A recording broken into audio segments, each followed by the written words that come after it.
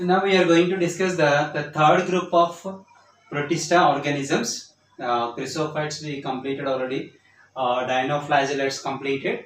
And the third group of protista is euglenoids. Euglenoids means that the word is little similar to that of we heard already previously, euglena.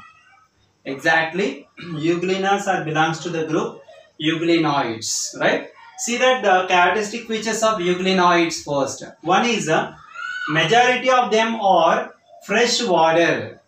Right? Previously, diflagellates are completely marine water, and these are completely present in fresh water. Very less organisms we can find in marine water. Majority of the euglenoids we can find in fresh water, right?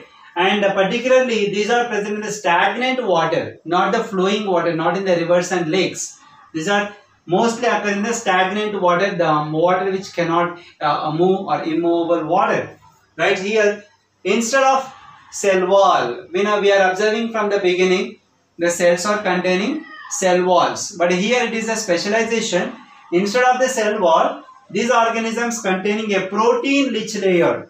Protein-rich layer, the layer which is made up of a protein, it is called pellicle.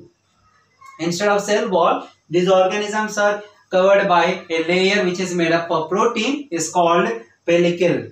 The presence of pellicle only these organisms have the flexibility of organisms because of the layer pellicle, right?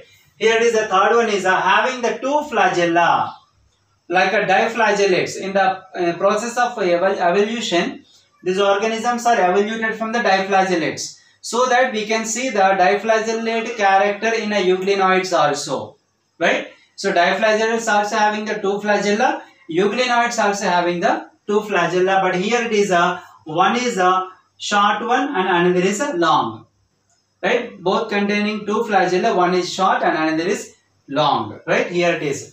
And the anterior part of the cell containing a cytostome, like a mouth-like organ we can observe in these organisms.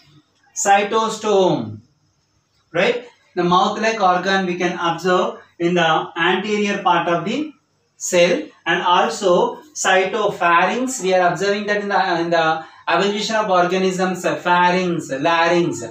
So initial or primitive organisms also containing the pharynx-like structure, it is called cytopharynx. And also they contain reservoir for storing the food materials, it seems. Later, though they are photosynthetic, most of the organisms are photosynthetic, these are, right? Even though they are photosynthetic, they have a pigment to perform the photosynthetic activity. When there is no light deprived, for example, during the cloud conditions, during the rainy season, during the winter season, we are not getting enough light.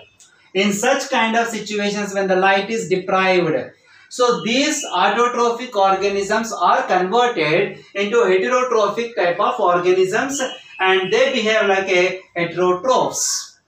Basically, these are autotrophic organisms when light is available. When light is deprived, these become the heterotrophic organisms, and they are obtaining food material from other organisms as a predatory organisms. See that this reproduction method, what kind of reproduction method is occurring in these organisms? Reproduction is by longitudinal binary fission. Binary fission process we are observing from the beginning also, right? So these also having a binary fission type of reproduction method, and also these organisms are showing another kind of asexual mode of reproduction, that is nothing but palmella stage. Palmella stage in the sense of two organisms are united with each other and producing the another organism, and this is generally called as the palmella stage. Mostly we can find this kind of a asexual mode of reproduction in organisms such as Euglena, and this is the one of the best example for this kind of a group, euglenoids. These are the characteristic features of euglenoids, the third group of protista.